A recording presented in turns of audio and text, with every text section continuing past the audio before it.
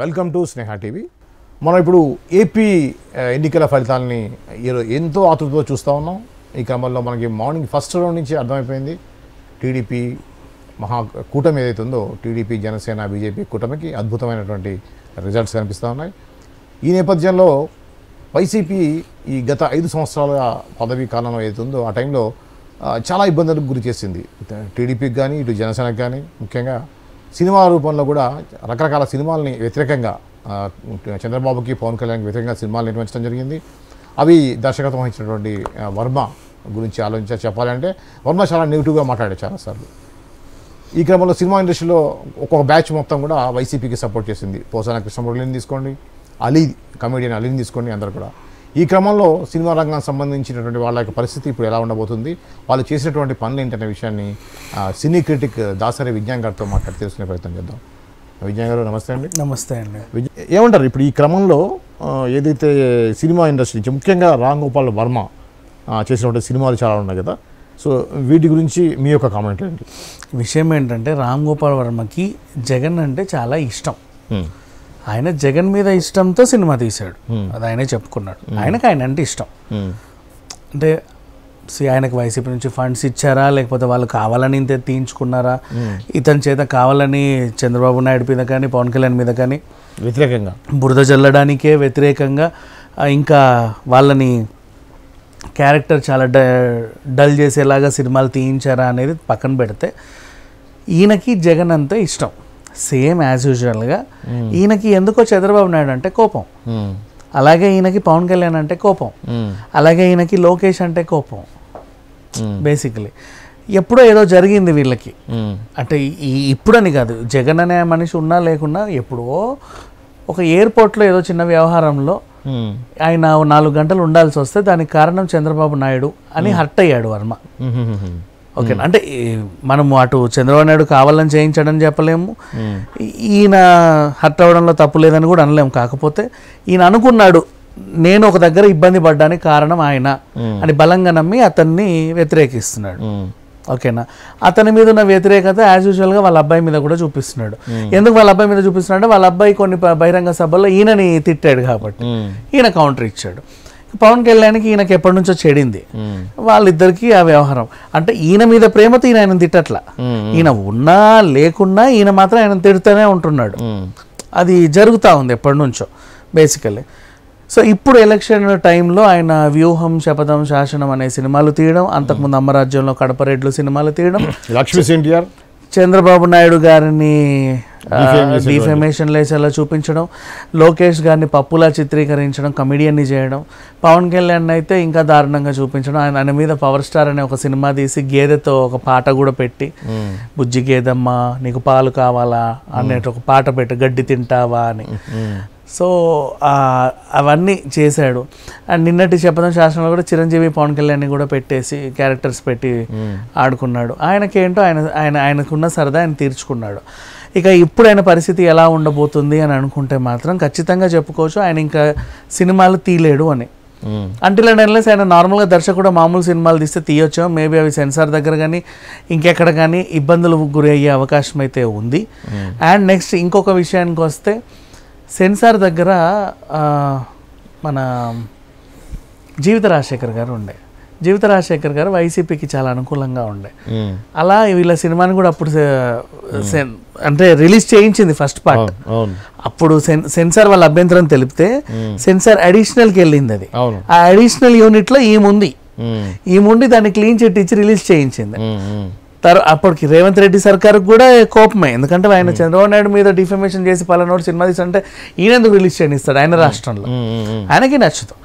So అట్లా వీళ్ళు చేయించాలా, but ఏదో రకంగా ఆయనకు సంబంధించిన మనుషులు సెన్సార్ బోర్డులో ఉండడంతో ఆ సినిమా బయటకు వచ్చింది. రెండో సినిమా బయటికి రాలా. ఆ వ్యవహారం ఉన్నప్పుడు ఇప్పుడు ఆ సినిమా ఇంకా బయటకు వచ్చే అవకాశం లేదు, రాదు కూడా.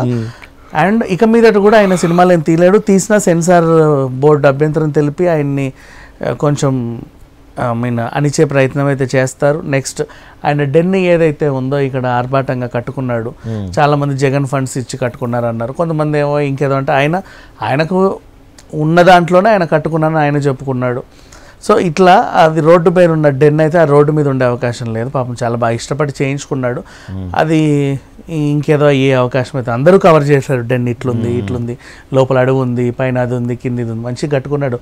నాకు దగ్గరుండి చూపించాడు. నేను మా జర్నలిస్ట్ ఇంకొక ఇద్దరం వెళ్తే రిసీవ్ చేసాం. కింది నుంచి పై దాకా పాపం ఇంచు చూపించి ఎక్స్ప్లెయిన్ చేశాడు. నేను కూడా ఇష్టంగానే చూసా. కింద ఒక థియేటర్ కూడా ఉండే, పర్సనల్ థియేటర్, అది కూడా చాలా బాగుంది. అవన్నీ చూసాం. గవర్నమెంట్ ప్లేసా? లేదు, ఒక ప్రైవేట్ అయిన ప్రాపర్టీయే.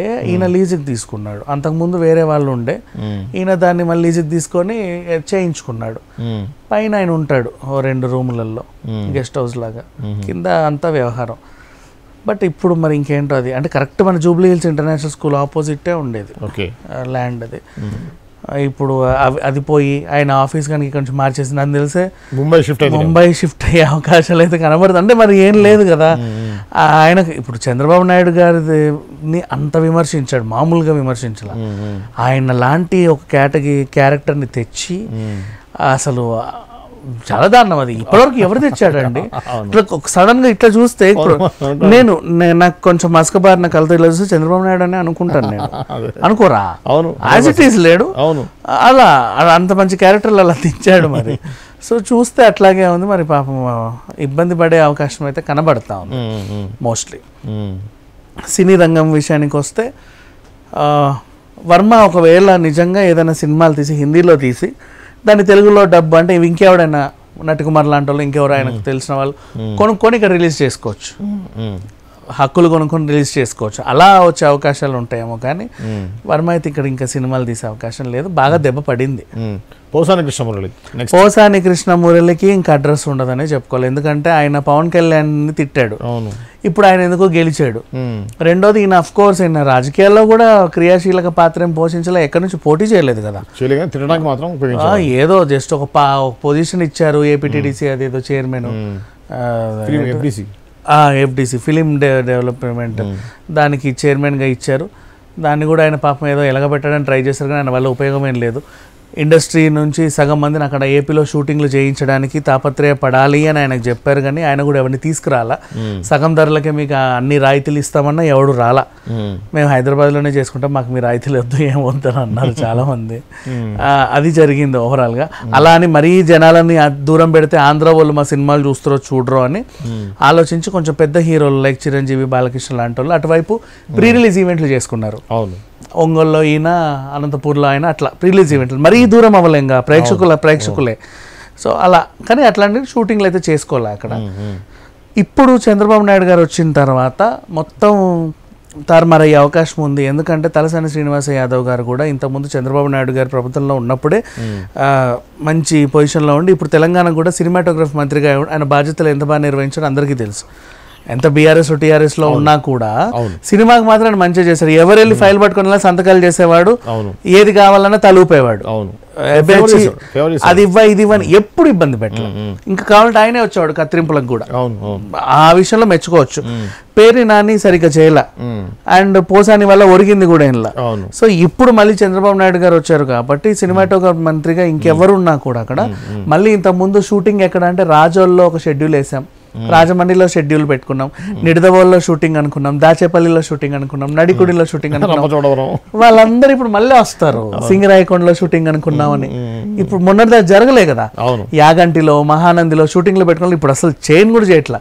మేము ఆల్రెడీ సెటిల్ వేసుకుంటాం, కోట్లు పెట్టుకుని అక్కడైతే చేయమని ఆ పరిస్థితికి వచ్చింది. ఇప్పుడు ఉండేది అంటే ఇంతకు ముందు ఏంటంటేనండి, ఇప్పుడు వీళ్ళకి కూడా ఇప్పుడు బుక్ మై షో ఉంది. ఇక్కడ నుంచి వాళ్ళ ఆఫీస్ ఇక్కడ పంజాగుట్టలో నాగార్జున సర్కిల్ దగ్గర బిగ్ ట్రీ ఎంటర్టైన్మెంట్స్. ఇక్కడ సినిమాలు తీసి వీళ్ళు టికెట్లన్నీ ఆంధ్రాలో అమ్ముకుంటారా, ట్యాక్స్ కలెక్ట్ చేస్తారా, తెలంగాణ గవర్నమెంట్ కడతారు. ఇక్కడ ఆఫీస్ ఉంది, ఏపీ కట్టరు కదా. స్టూడియోలు ఇక్కడే చచ్చాయి, రెంట్లన్నీ తెలంగాణకి, పోస్ట్ ప్రొడక్షన్, ప్రీ ప్రొడక్షన్ అన్ని తెలంగాణ గవర్నమెంట్కి. అవునా? కాకపోతే ఏంటంటే ఆంధ్రాలో కూడా జరిగితే బాగుంటుంది, ఆంధ్ర ప్రజలకు కూడా కొంచెం అనువేతిగా ఉంటుంది. అక్కడ టెక్నీషియన్స్ ఉంటారు, అక్కడ జూనియర్ ఆర్టిస్ట్ సంఘాలు ఉన్నాయి. రాజమండ్రిలో జూనియర్ ఆర్టిస్ట్ సంఘం ఉంది, గుంటూరులో జూనియర్ ఆర్టిస్ట్ సంఘాలు ఉన్నాయి. షూటింగ్ అయినప్పుడే వాళ్ళకి పని, లేకపోతే లేదు. అక్కడ షూట్లు చేయాలనుకుంటే వీళ్ళు ఇంతమంది చేయలేదు. ఎందుకంటే జగన్ టికెట్ రేట్లనే తగ్గించాడు, ఇంకా మాకేం న్యాయం చేస్తాడని పోల కోపంతో వెళ్ళ. ఇప్పుడు మళ్ళీ ఆంధ్రాలో గోదావరి చుట్టుపక్కల ప్రాంతాల్లో మన తలకోనలో ఫారెస్ట్లో, మారేడుమిల్లిలో, అక్కడ ఇక్కడ హార్స్లీ హిల్స్, ఎక్కడ పడితే అక్కడ యథేచ్ఛగా షూటింగ్లు అన్నీ జరుగుతాయి. అండ్ వాళ్ళకి ఆదాయం వస్తుంది సినిమా ద్వారా, వీళ్ళకి ఆదాయం వస్తుంది, కలిసి తీసుకుంటారు. ఇంకా చంద్రబాబు నాయుడు గారు ఇంకో 2 అడుగులు ముందుకేసి ఆ విశాఖలో స్టూడియోలన్నీ కనుక ఏమైనా డెవలప్ చేసి వాళ్ళకి ఏమైనా మంచి స్థలాలు ఇస్తే ఇండస్ట్రీ, తెలుగు ఇండస్ట్రీ, ఇక్కడ తెలంగాణ ఇండస్ట్రీ ఇక్కడ ఉన్న ఆంధ్ర ఇండస్ట్రీ ఇంకోటి ఫామ్ అయ్యి అక్కడ కూడా మంచి సినిమాలు తీసి పోస్ట్ ప్రొడక్షన్, ప్రీ ప్రొడక్షన్ అయ్యి టీవీ ఛానల్స్ అక్కడ కూడా వాళ్ళకు ఒక బిల్డింగ్ పెట్టుకొని వాళ్ళకి ట్యాక్సులు కట్టి ఉద్ధరించే అవకాశం అయితే ఉంది మోస్ట్లీ. ఇకపోతే ఇంకా మనకి ప్రధానంగా చెప్పుకోవాలంటే పవన్ కళ్యాణ్కి మంచి స్నేహితుడు, కమెడియన్ అయినటువంటి అలీ చాలా వ్యతిరేకంగా టీడీపీకి, జనసేనకి వ్యతిరేకంగా వైసీపీకి అనుకూలంగా ఉన్నాడు కదా, దాంట్లో ఏదో యాక్టివ్గా ఉన్నాడు. సో అతని పరిస్థితి కూడా ఏంటి? అలీ పరిస్థితి అంటారా? అలీకి చంద్రబాబు నాయుడు ఏం పెద్ద ద్రోహి కాదు, దూరమైన ఇది కాదు, మంచి మిత్రుడే. ఎన్నోసార్లు చంద్రబాబు నాయుడు గారికి బొకేలు ఇచ్చిన సందర్భాలు ఉన్నాయి, ఆయన్ని ఈవెంట్లకి వీటికి ఆహ్వానించిన సందర్భాలు ఉన్నాయి. అండ్ ఒక పార్టీలో చేరినప్పుడు వాళ్ళకు అనుకూలంగా మాట్లాడాలి, వాళ్ళకు అనుకూలంగా నడుచుకోవాలన్న విషయం చంద్రబాబు నాయుడు కూడా తెలుసు. అలీ ఏమి కొడాలి నానిలాగా నరం లేని నాలుకలా మాట్లాడలా, రోజాలాగా ఇష్టం ఉన్నట్టు తిట్టలా, ఏమీ చేయాల. మా జగన్ని గెలవాలని మేము కోరుకుంటున్నాము అన్నాడే తప్పితే ప్రతిపక్షంలో ఉన్న వాళ్ళని అంటే 1-2 విమర్శలు చేసినా మంచిగా చేశాడు, నీట్గా చేశాడు, ఒక పర్ఫెక్ట్ రాజకీయ నాయకుడిగా చేశాడే తప్ప ఉరికిచ్చి తంతా, చెప్పుతో కొడతా, తొక్కినా అరతీస్తా, నువ్వెవడరా, నీ బతికేంట్రా, నీ ఏదో తెలియదా, ఏం మాట్లాడలా నిజంగా. అసలు ఏం లేవు, రాజకీయ ప్రత్యర్థిగానే చూసాడు తప్పించి అంతే. ఇప్పుడు నిజంగా ఒకవేళ అలీ జనసేనలో చేరినా మళ్ళీ టీడీపీలో చేరినా కూడా ఆయన గౌరవం ఎక్కడికి వెళ్ళదు. అలీ మీద గౌరవం అలాగే ఉందండి నిజంగా, ఏం తగ్గల. అంటే ఈ పవన్ కళ్యాణ్ ఫ్యాన్స్ కొంచెం హట్ అయ్యారు కానీ అది వాళ్ళు హట్ అవ్వాల్సిన అవసరం లేదు. రాజకీయ పార్టీలు అంటే అంతే, అటు ఇటు అవుతానే ఉంటాయి, పెద్ద విషయం కాదు. మళ్ళీ వచ్చినా చేర్చుకుంటారు, మళ్ళీ బాగుంటుంది. అండ్ ఏమో ఫ్యూచర్లో మళ్ళీ పవన్ కళ్యాణ్ అలీ కలిసి ఏదైనా మళ్ళీ ఒక సినిమాలో నటిస్తే వీళ్ళందరూ అన్ని మర్చిపోయే అవకాశం కూడా ఉంటుంది. వాళ్ళ కాంబినేషన్ ఎంత హిట్ అందరికీ తెలుసు కాబట్టి. సో అంతే, అలీ మీద నెగిటివిటీ లేదు, అలీ ఉన్న పార్టీపై నెగిటివిటీ ఉంది. కానీ కొంచెం జనసేన వాళ్ళు అలిగారే కానీ అలీ మీద అయితే ఎప్పటికీ నెగిటివ్ లేదు. అలీ మీద జనాలకు నెగిటివిటీ ఉంటే అలీతో సరదాగా ప్రోగ్రామ్ పార్ట్ 1 అయ్యాక ఇప్పుడు సీజన్ 2 వచ్చాక కూడా సేమ్ అదే రేంజ్ లో హిట్ అయ్యేది కాదు, బాయ్కాట్ చేసేవాళ్ళు, ఈయన మంచోడు కాదు చూడొద్దు అనేవాళ్ళు. కానీ అట్లా ఏం లేదు, నెగిటివిటీ లేదు. Okay okay. ఇకపోతే ప్రధానంగా మనం చెప్పుకోవాల్సింది, మాట్లాడాల్సిన విషయం ఏంటంటే బన్నీ వైసీపీకి అనుకూలంగా ప్రచారానికి కూడా వెళ్ళాడు కదా, అక్కడ అతను ఓడిపోయాడు. ఎవరైతే శిల్పారవి ఉన్నాడో శిల్పారవి ఓడిపోయాడు. సో దీన్ని మనం ఏ విధంగా తీసుకోవాలి? శిల్పారవి వేరే పార్టీలో ఉంటా గెలిచేవాడు, ఇండిపెండెంట్గా ఉన్నా గెలిచేవాడు. వైసీపీ అంటే నాకు వద్దు అని జనాలు అనుకున్నారు కాబట్టి ఆయన ఓడిపించారు. అక్కడ బన్నీకి సంబంధం లేదు. అండ్ ఇంకోటి, బన్నీ వచ్చినప్పుడు జనాలు అయితే వచ్చారు కదా, బన్నీని చూడడానికి జనాలు వచ్చారు. మరి బన్నీ ఫెయిల్ అయినట్టే ఏం కాదే. కాకపోతే వాళ్ళ ఇంట్లో వాళ్ళు ఆయన వ్యతిరేకించుకున్నారు. మనవాడు అయినా పరాయివాడైనా మనవాడైనా ఆయన పెట్టిన ట్వీటు మనకు సంబంధం లేకుండా సరే ఏదో వాళ్ళకు కూడా నచ్చలే. వాళ్ళు కొంచెం ఏదో ఇప్పుడు బాయ్కాట్ పుష్ప అంటున్నారు, ఆయన ఇమేజ్ ఏం తగ్గల. మొన్న సెకండ్ సింగిల్ కూడా మళ్ళీ 4 భాషల్లో రికార్డులన్నీ బద్దలు కొట్టింది. ఆ డ్యాన్స్ కూడా బాగా వైరల్ అయింది. పార్ట్ 1 మొన్న ఫస్ట్ సింగిల్ పాట కూడా హిట్. అండ్ పుష్ప 2000 కోట్లు ఈజీగా కలెక్ట్ చేస్తుంది. బన్నీ ఇమేజ్ డ్యామేజ్ చేయడం ఎవరి వల్ల కాదు, ఆయన ఇమేజ్ అలాగే ఉంటుంది. ఆడియో రైట్స్ 43 కోట్లకు పోయిందట, ఓన్లీ ఆడియో. అంటే పార్ట్ 1లో ఆడియో పెద్ద హిట్ కదా, అప్పుడు ఇంత పెట్టి కొన్నోళ్ళు ఊహించాల అంత వస్తుందని. అంటే ఒక పాట ఒకటి సరిపోతుందండి అన్ని రైట్స్ కి. అది దేశవ్యాప్తంగా ఎంత సంచలనం, ప్రపంచవ్యాప్తంగా కూడా కరెక్ట్ గా న్యూ ఇయర్ కి కొన్ని రోజుల ముందు రావడం వల్ల అప్పుడు న్యూ ఇయర్ లో అందరూ అదే పాట. అవును. అయితే మొన్న పెళ్లిళ్ళ సీజన్ ముందు డీజేటీలు పాట వస్తే అన్ని పెళ్లిళ్ళలో అదే పాట కదా, డీజేటీలు అని చెప్పేసి. సో సేమ్ అలాగే న్యూ ఇయర్ ముందు అది వస్తే ఎక్కడ చూడు అంటావా మావా, ఉలికి పడ్డావా మావా, అంటావా మావా అని చెప్పి అదే పాట. సో అట్లా వచ్చేసరికి బాగా హిట్. ఈ సేమ్ ఆ వేవ్ కంటిన్యూ అవుతుంది. అప్పుడు అంత వచ్చింది కదా. నాకు నిన్న రీసెంట్ గా తెలిసింది 43 కోట్లకి టీ సిరీస్ వాళ్ళు తీసుకున్నారు. దీని మీద కూడా అంతే అంచనాలు ఉండి ఇప్పుడు పార్ట్ 2 ఈ పాటలు కూడా కొన్నారు. మంచి పనే చేశారు, వాళ్ళ డబ్బులు ఎక్కడికి వెళ్ళవు. ఇంకా 43 కొన్నారంటే 4 వస్తుంది, అంతేనా? బ్రహ్మాండంగా వస్తుంది. Okay okay right. ఓకే, ఇది అండి తాజాగా సినీ ఇండస్ట్రీకి సంబంధించిన వాళ్ళు రాజకీయాల్లో ఉండటం, రాజకీయాలకు సంబంధించిన సినిమాలు చేయటం, దాని ఇంపాక్ట్ ఎలా ఉంటుంది అనేది దాసరి విజయన్ గారు వివరించారు కదా. మరో అంశంతో మళ్ళీ కలుద్దాం. అంతవరకు చూస్తూనే ఉండండి స్నేహ టీవీ.